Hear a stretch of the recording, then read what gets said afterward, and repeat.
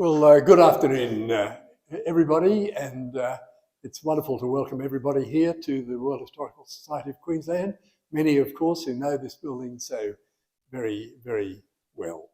It's a pleasure to just acknowledge our CEO, Hannah Watson, who's here today, our President, Stephen Sheaf. Stephen, it's wonderful. And we have with us also a number of other distinguished colleagues, particularly Colonel Ray McNabb, who's past president of the United Service Club in Queensland and an historian, as so many are here today. It's my pleasure to introduce our guest speaker today. Professor Cliff Pollard is a close personal friend and professional colleague as well. Cliff is a retired emergency and general surgeon. He graduated from the University of Queensland in medicine in 1973 and embarked on a career in surgery. For 15 years, he was the senior visiting medical officer at Redcliffe Hospital as the general surgeon at that hospital. And then he was appointed as professor and director of trauma surgery and emergency surgery at the Royal Brisbane Women's Hospital complex in Brisbane.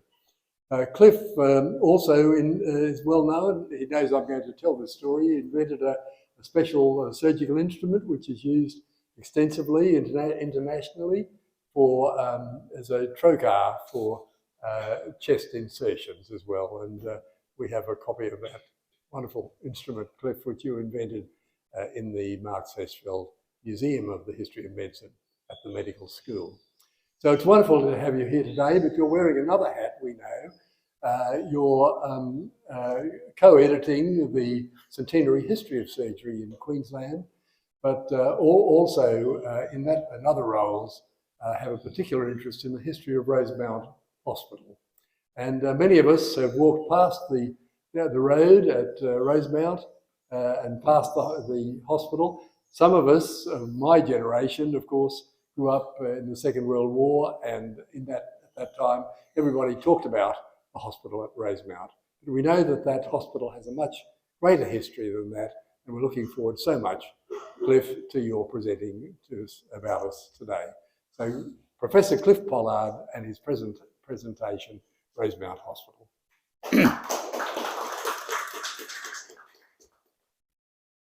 Thanks very much, John. If you have trouble hearing, just please put your hand up and let me know. But this is a wonderful story, and one of the things that worried me is it'll be forgotten.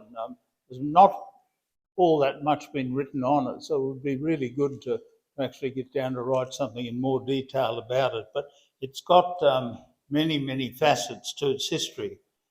And I've taken that photo there. I'm standing at one end, the eastern end of Newmarket Road, and looking across, and Bonebridge Road, or Lutwich Road, probably the correct term. And the building on the left is actually the dental clinic, and the one on the right is the medical officer's quarters. And these are all heritage listed. And there's a whole bunch of buildings there that are heritage listed. And I'm not quite sure what Metro North plan to do with them, because it all belongs now to Metro North. And just last week, I actually spoke to the department of the hospital that looks after the assets and structure, and I asked them, what are your plans for this? And at this stage, they haven't got anything. Some of these buildings are just used for storage, and I think it would be great to have a museum there, but that's some work in progress. But when we were still part of New South Wales and the land was opened up to be sold, and Charles Windmill, he was a speculator and sold it very quickly to Daniel Rowntree Somerset. Fascinating history of that man.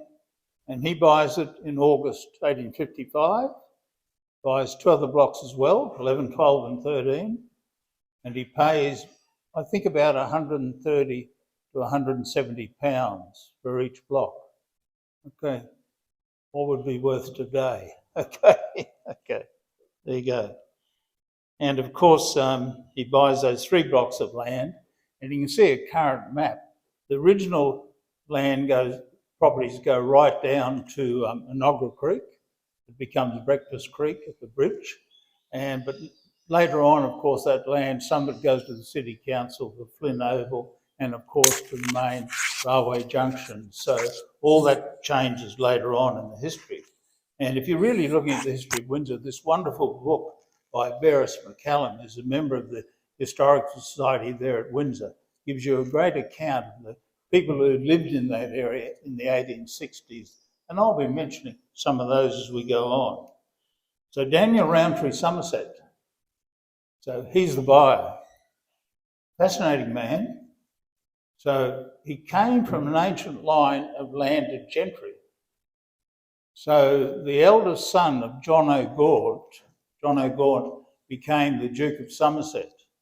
And the family tree goes down to Daniel Rowntree Somerset was the fourth son of the fifth Duke of Somerset. So in terms of all the properties they had, as the fourth son of the fifth Duke, very little of that inherited money would have come to him. So in the potato famine of Ireland, and there were copper mines being developed in South Australia, he thought he'd immigrate to South Australia.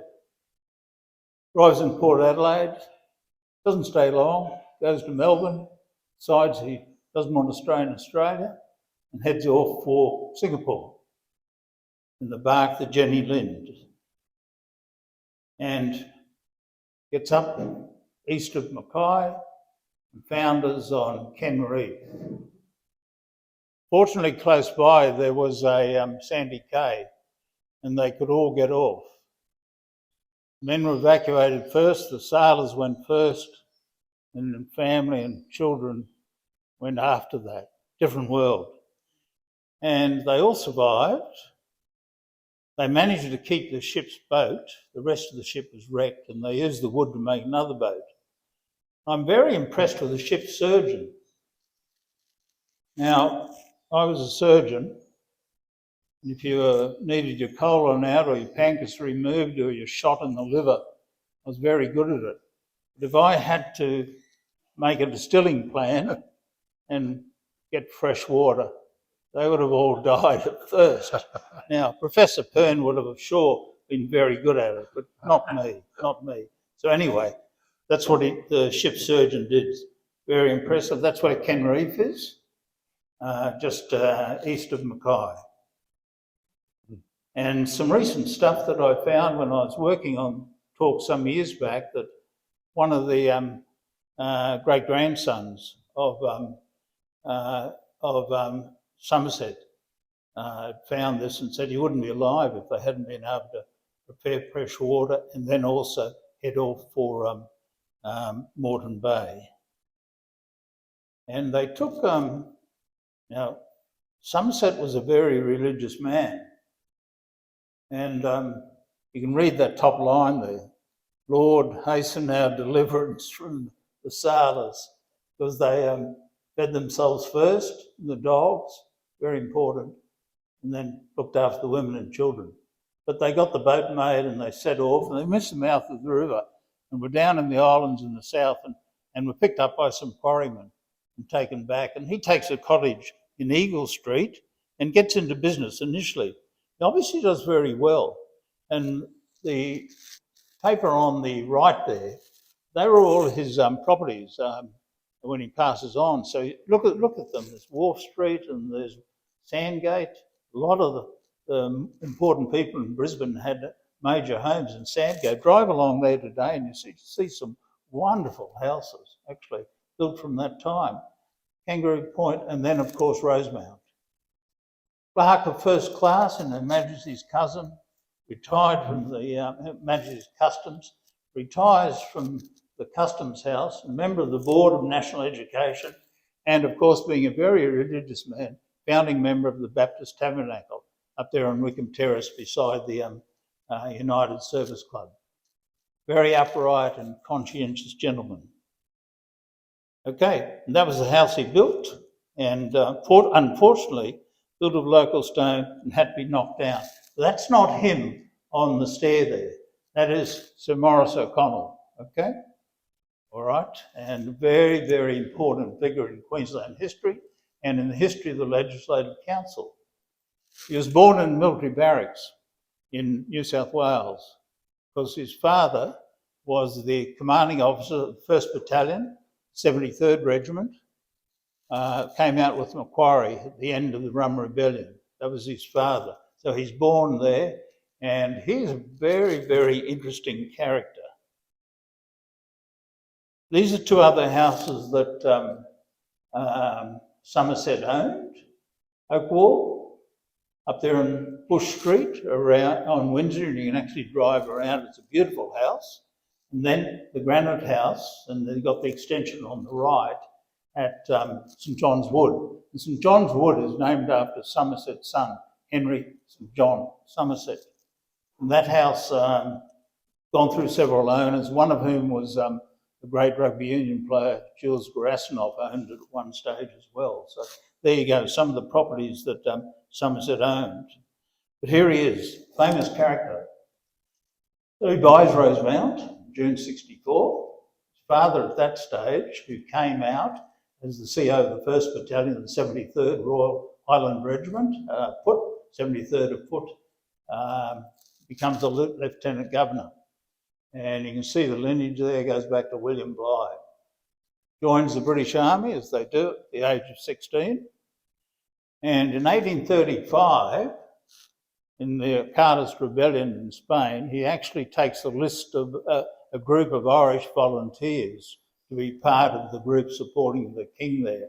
And the rebels, they actually had a price on his head to kill him instantly if they found him. But he manages to survive, and when the rebellion falls over, he comes back to England in 1839. He's actually a general in that Spanish army, because when he returns to the British Army, he has to relinquish all that and goes back to being a captain again in the 28th, which goes out to New South Wales. And he stays in the 28th until 1844, and then when it goes back to the United Kingdom, he's doing so well here, he decides to stay, sells his commission as you did, and becomes a pastoralist and does a huge amount in the New South Wales government, particularly in Gladstone, the Burnett district, and many of the, it's suggested that he was very important in actually getting that area settled and the progress. Original member of the Queensland Legislative Council and become state president for a long time. Looks after the state when the governor's away, at least on 4 occasions, and he's the first commandant in the Queensland Volunteer Force, which was raised in 1860. So enormous military career. Introduced a bill to establish primary education, and founding member of the Queensland Turf Club. That seems to run in the family because his father in New South Wales also set up horse racing in Sydney. So part of being probably an officer in the British Army at that stage. And you can see his grave there. I took that shot some years back and it looks sadly a bit overgrown.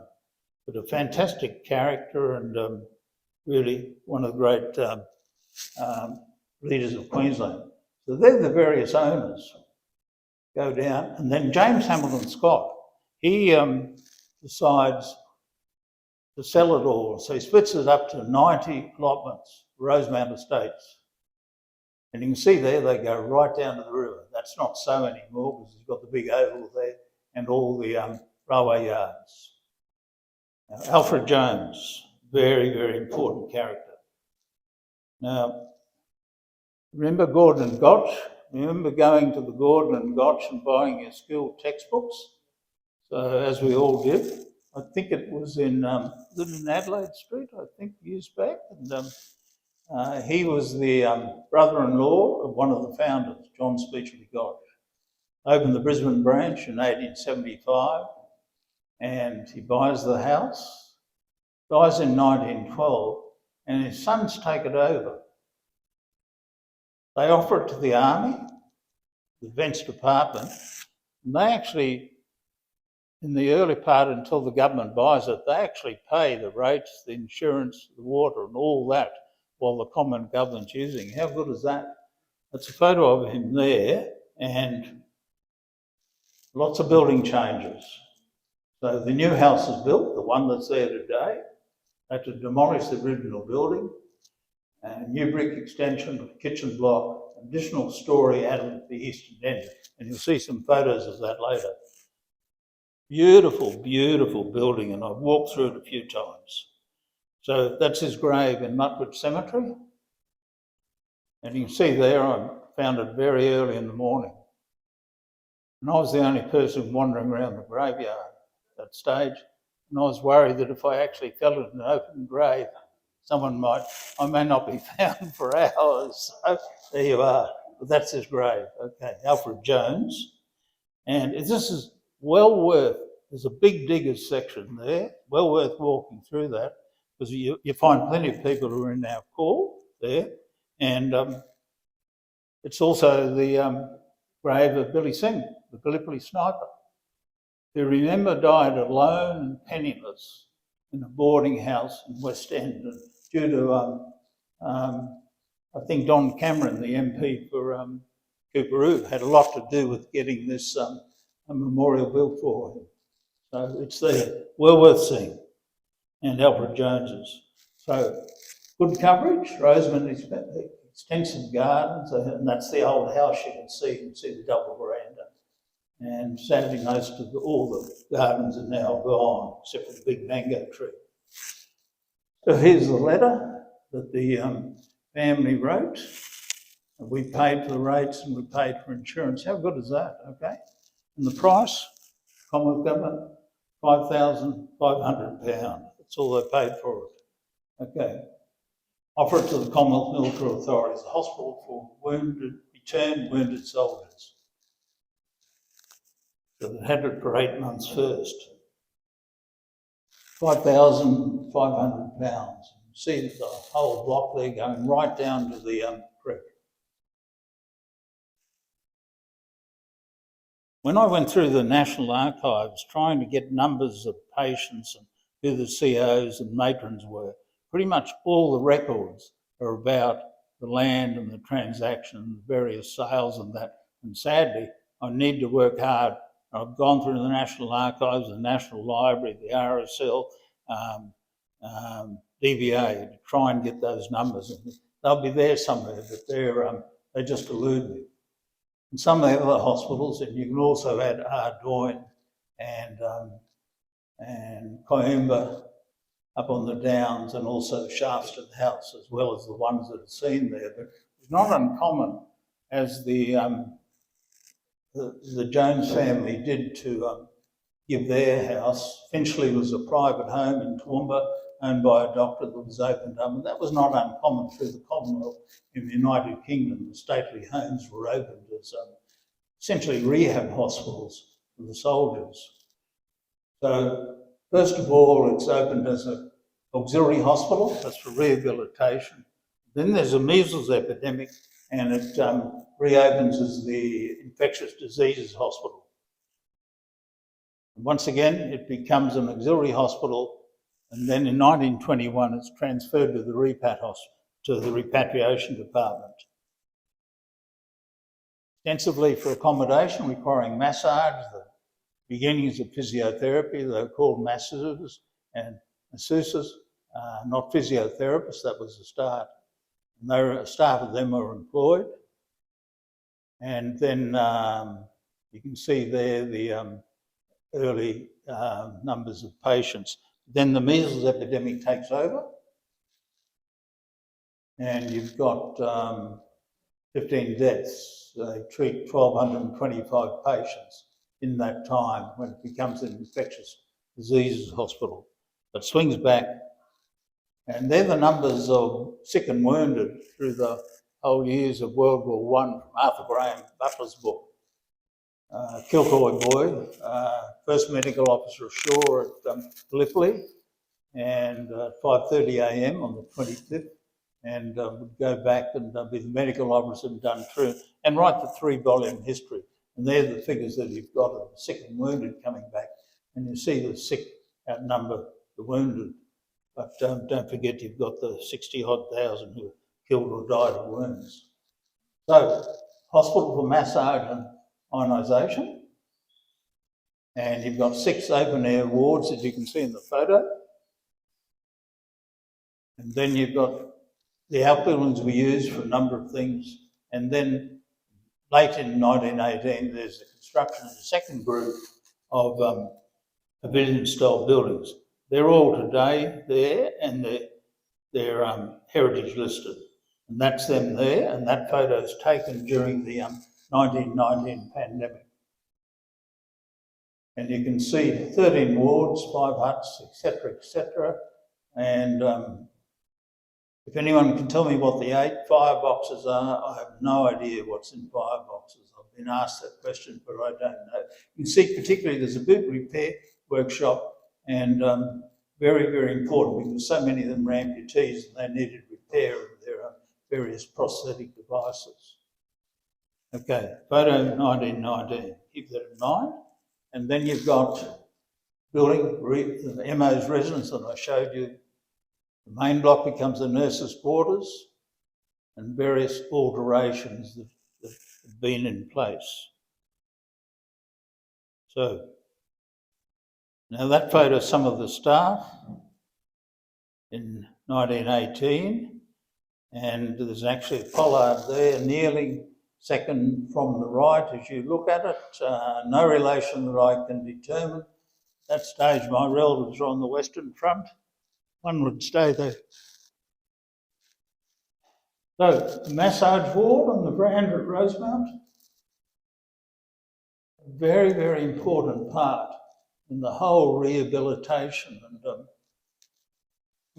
one of the things I've worked with, as John said, I was Director of Trauma at the Royal, and there was a time when all we worried about was saving lives and preventing things, but now there's a huge amount of emphasis on rehabilitation, on supporting the patient psychologically and socially. It's a whole change from where we started. We got the patient alive, and then the process of rehabilitation, and that was not well organised. Different world today. There you can see that, and this is part of the beginning of masseuses. Now, one of the early masseuses there, she was actually Het, born at the Gap, educated at grammar school, Bliss in the massage reserve in 1915. We only ever had in the whole service probably about 300 to 400 people. Initially they didn't go overseas, but then they were sent overseas. And what was very important, that all the hospital ships coming back had masseurs or masseuses on them to provide the ongoing treatment. And she was head there at Rosemount Military Hospital. She married Captain Charles French, and if any of you went to Ashgrove Primary School, he was a beloved teacher there for many years. And my wife actually went to school there, actually met her, because she had to deliver some books to Mr. French, and actually knocked on the door and met Pearl. There you go.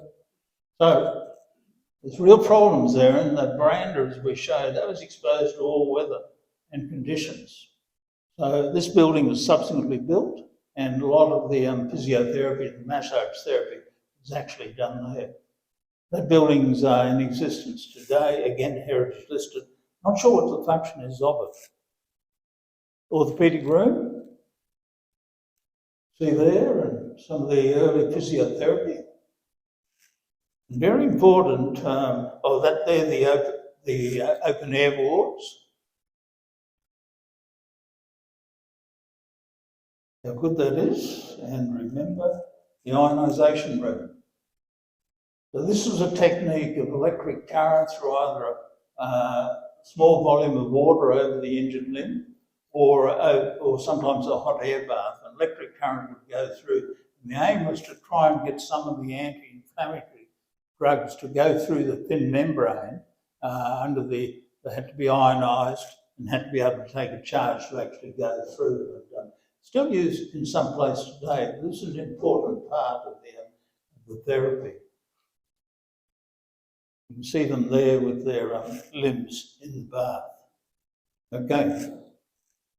One of the shots, and Ray sent me this one of the diggers there in uniform, and of course many of the veterans as well. Thanks, Ray, for that shot. And this we see the full extent of the hospital in 1921. You see the open air wards, And sadly, they all get taken down. And pavilion wards are still there, heritage listed, but they get taken down. So many diggers went through there, and the service was just fantastic. Still about 100 patients there, 300 patients come and go, getting the trams and walking down, or transferred by their transport corps. That article also mentions Kiumba, Sanatorium at Stanthorpe and Ardoi at Corinda for those terminally ill. TB, of course, is a huge problem. We've been working on the nurses, and Judy Smith, who's here, just told me about Christina Durack, who was your grandmother, is that right? Great aunt, who actually worked there. And Margaret Doherty has actually identified Christina Durack in her list of 55 nurses that she's found who actually worked at Rosemount. But the three that I've mentioned all worked at the Brisbane Hospital, Brisbane General. Grace Wilson would go on to be the matron-in-chief of the Australian Army and serving until World War II. And Christine Sorensen would work first at the Children's Hospital, then the Brisbane Hospital, and she would be matron right through, particularly through the period of the Second World War, so had an enormous career. And Julia Hart also worked at the Brisbane Hospital, and they all served overseas, general hospitals, and Christine Sorensen also worked in the 60th British General Hospital in the Balkans, that campaign there. Extraordinary women. So some of the surgeons. So Graham Patrick Dixon, he listed 14th of August, okay? So not so long, a week or so after the war's broken out. Lands at Gallipoli on the 29th, field ambulance, and then he becomes the CEO of the first Light Horse Field Ambulance. And warded the CBE, mentioned in dispatches twice, gallantry in his personal supervision of the wounded under fire. And he would go on, and he's the Assistant Director of Medical Services of the Australian Mounted Division. He would go on and have a long career. That's him, later life, very distinguished, and he'd have a long career. He'd worked for Rosemount for 27 years. He was also a surgeon at the Children's Hospital and also at Greenslopes when the major functions of Rosemount go to Greenslopes. So there he is, Graham Patrick Dixon. Now, one patient, I got him because Les Thompson, who's a urologist at PA and a personal friend of mine, gave me the details. But Les Rogers, as Thompson, carries on the name, dies of renal failure in 1930. But you can see it, Third Battle of Ypres, gunshot wound to the abdomen. Survives that, admitted to London General Hospital, and then returns to France. How good is that? On April 18, August, he's wounded in both arms. Then returns to Australia, and spends virtually 3 years at Rosemount. And dies of renal failure not so long after that. But I'll just bring up the details of those, okay? Large extensive gunshot wound of left upper arm, necessitating the removal of the head of his humerus, so you can imagine the disability that would have, okay? Very extensive gunshot wound of the upper third of the right arm, comminuting the bone. Several large fragments have been removed. He's lost his musculoskeletal bone. Extraordinary injuries from someone who's already been survived an abdominal gunshot wound. Wound in the left shoulder joint is healed, leaving a movable joint. Lucky to have that, okay. Very around the inner side of the right arm, still unhealthy, still not healed. Gap of inches between the ends of the humerus. So how did he get on? He would need support all the time. That's just his AIF record. You can see gunshot wound in the abdomen, that's the first time. And then worth reading through these, they're surprising what you see.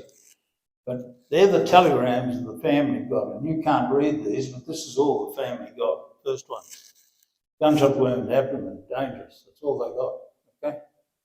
And a little bit later, improving, all right? There you go. Different world, isn't it? No mobile phones. One of the important roles was that of VADs. It's very interesting to look at the history of women in World War I, because remember, they couldn't join the Australian Army, they couldn't join the British Army. The various doctors who went in the British Army and said, "Can I join?" And they were told to go home and sit. But it all changed, and there were a whole lot. There was the Scottish Women's Hospital where many women doctors served, and then Queen Alexander's Imperial Medical Course service took over and had female doctors in that.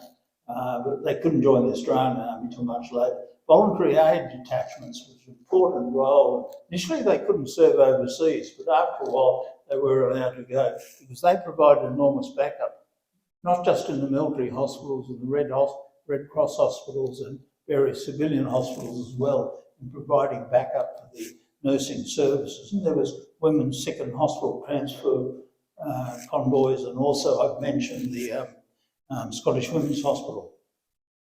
So Arthur Vincent Meehan, okay? Sydney graduate, joins again very early, and gunshot wound to the left foot, October 1917. So he needs a left VKA at below knee amputation at 3 London General. Comes back, CO of Rosemount. Okay, 1919, 1921. Now, who remembers I remember this. I was a 13-year-old schoolboy at the time. The Wickham Terrace Massacre. Okay, remember that? Karl Karst, German immigrant, naturalised Australian, went up there, shot Arthur Vincent Meehan, Andrew Murray, and wounded 2 others, and caused John Lance to have a heart attack. But interesting, we've been working on the history of surgery, and Arthur Vincent Meehan was probably the founder of orthopaedic surgery in Queensland, certainly one of the leaders and just specialised purely in orthopaedic surgery. And he's one of the fathers of that discipline in Queensland. Was a chairman of the State Committee of the college. And here's the piece that I've taken straight from the Courier Mail of the time. Made his way to the doctor's office, shot Michael Gallagher, wounding him. He survives. And then he shoots Arthur Meehan and Andrew Murray. George Boland was a horse trainer who was about to get treatment and grabbed hold of the bomb and threw it out. How good was that? And last, of course, that photo there is the bomb going off in John Lars's rooms. And John's secretary and nurse got in the way of Karl Karst and stopped him getting in, and so John could escape.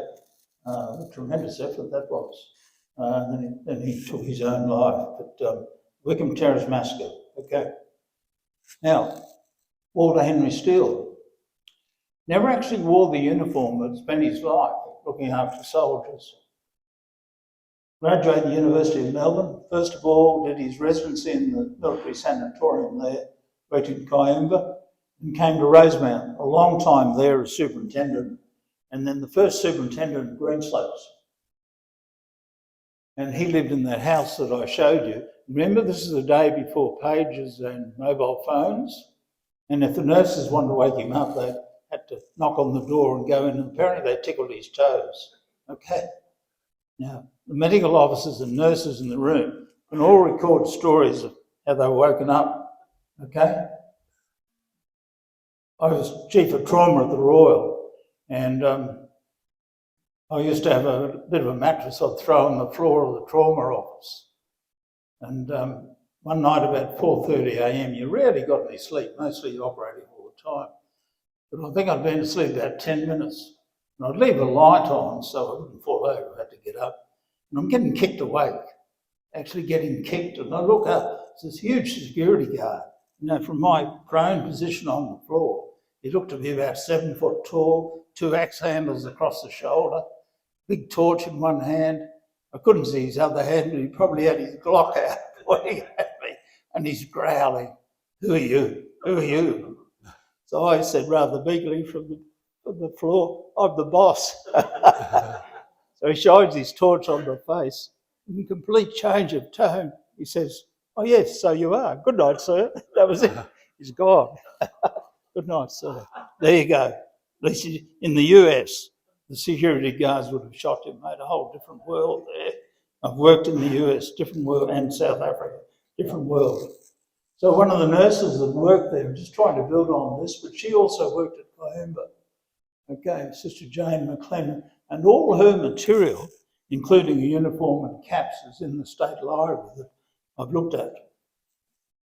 And this is fascinating because it would be good. You see there, she said, surgical operations of every kind, bone grafts, tendon, transplantation, nerve sutures. It'd be really good to see some of those records, the operative records. They're clearly doing advanced, state-of-the-art orthopaedic surgery at that time. There she is. And more work to do in this space. I love this photo.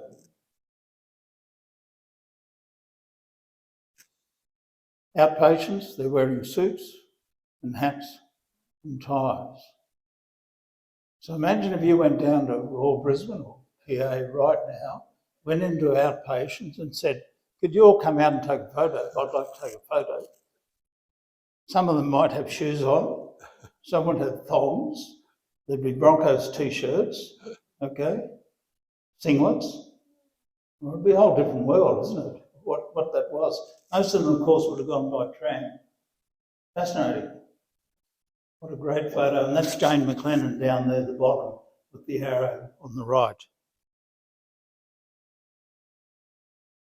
One of the things that the RSL have done, the defence nurses, have been looking at memorials for some of their nurses. And this was another girl who was also a masseuse there at Rosemount. And she had, they got they able to donate money to have a brass plaque on the memorial wall on the cemetery of her honour. I put this up because they've done some work for us at Rosemount that I'll mention. Just a letter at this stage in 1920, there's some big involvements with the Brisbane General. So there'd be involvement of staff from there. But the Department of Repatriation pretty much ran the show, as you could work through that. Medical superintendent, the power to transfer from Brisbane Hospital trainees, hospital equipped and maintained by the Commission, subject to the approval of the medical superintendent of Brisbane Hospital and so on. All right. So those changes are interesting actually when I saw this because I didn't think there was any connection. Certainly there was between the General and Rosemount.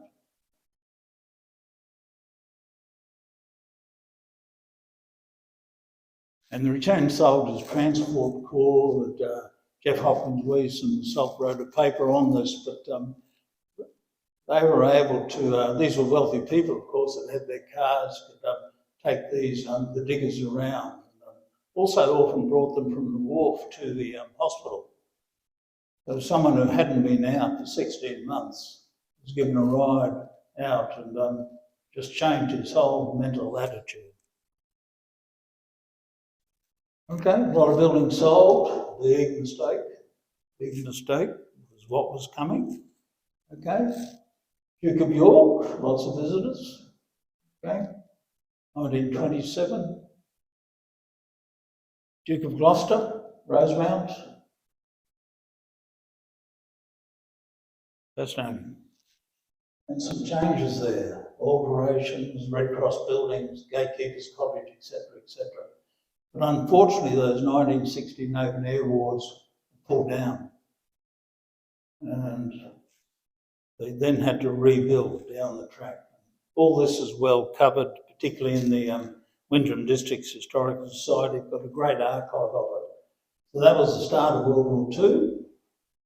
And then you've got a whole set of new buildings come in.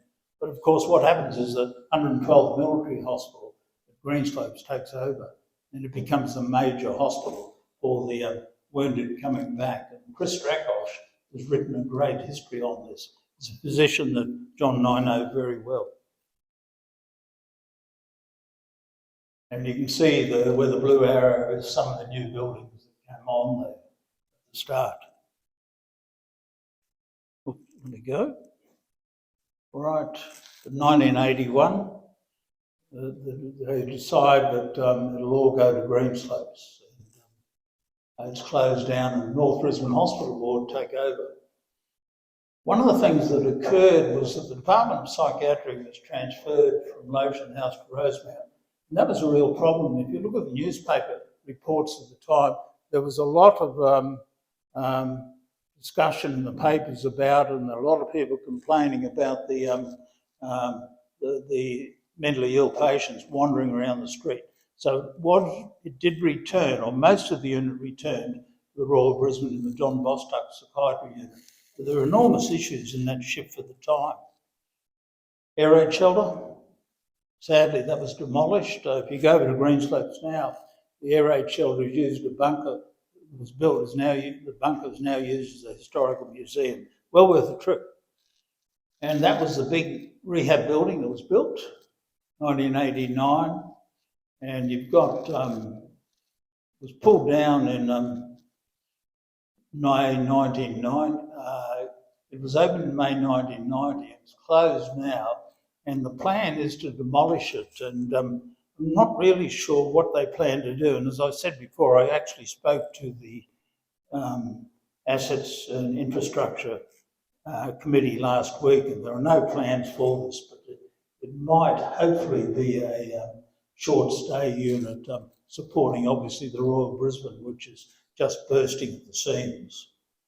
So all that's moved to STARS, which is Surgical Treatment and Rehabilitation Service. Wonderful new building, great setup on Thurston Road. I was on the board when they decided to call it STARS, Surgical Treatment and Rehabilitation Centre. I was on the board of Metro North.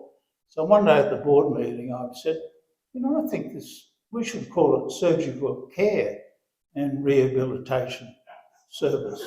And they thought about it and said, no, we won't do that. I almost got away with it. It's true though. There you go. Okay.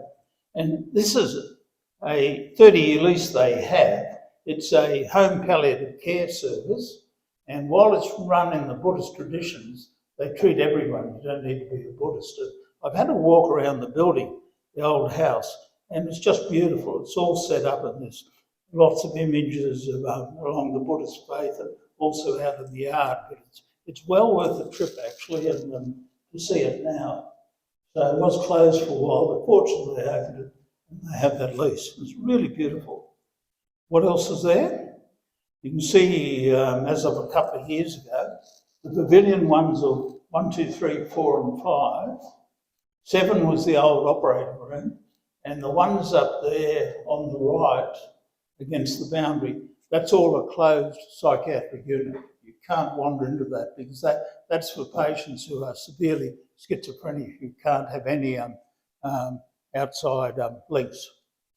So that's in the main building. The number 30 is the one that will be demolished at some stage. So today, the public health unit, in their pavilion-style buildings, mental health closed, and the palliative care, and a wonderful big mango tree that's protected right there in the middle. Okay. But what they found, when they were renovating the old operating room and took down the panels, they found the walls inside had all been signed by these diggers, and all this wood, courtesy of the RSL, had been preserved into display. And there was a whole swag of panels there, and that was the visit there with the representatives from the RSL, the defence nurses there, to look at how we can do that. We're taken in front of the main building. And that's where they were. Unfortunately, the staff who pulled it down realised the historical importance of these and saved them. There's been some work trying to identify the diggers and get their reports, and still got a lot of work to do on that. And it's a bit hard to determine some of the names. Some of them, of course, stand out. And they aren't just World War One. They go on through Second World War in that time. There they are, all fortunately preserved and well preserved now and permanent in display. Some of the ones we've been able to identify. Some more of their dockets. And we'll keep working on that, we just need more time to get to it. All right. So the Public Health Unit did the same sort of 2020, start of the COVID pandemic. Same group, same sort of photo, 100 years apart. There you go. And had so much help from many people looking at this, the Historical Society, the Public Health Unit, a bunch of people, the coroner himself, Jeff, and Peter Sharwood actually worked there. He was a registrar and then consultant at Green States. But as a registrar, he would go across and visit post-op patients who were recovering in Rosemount. And then Tom Blake, who's done a fair bit of work at Les Brett, of course, as head of psychiatry, has given me an update on what happened in the previous psychiatric thing. But it's a huge story, and there's still much more to be told, and much more to find out about it, because I need to track down some of those original records and get a better idea of the staff who were there. So happy to take any questions.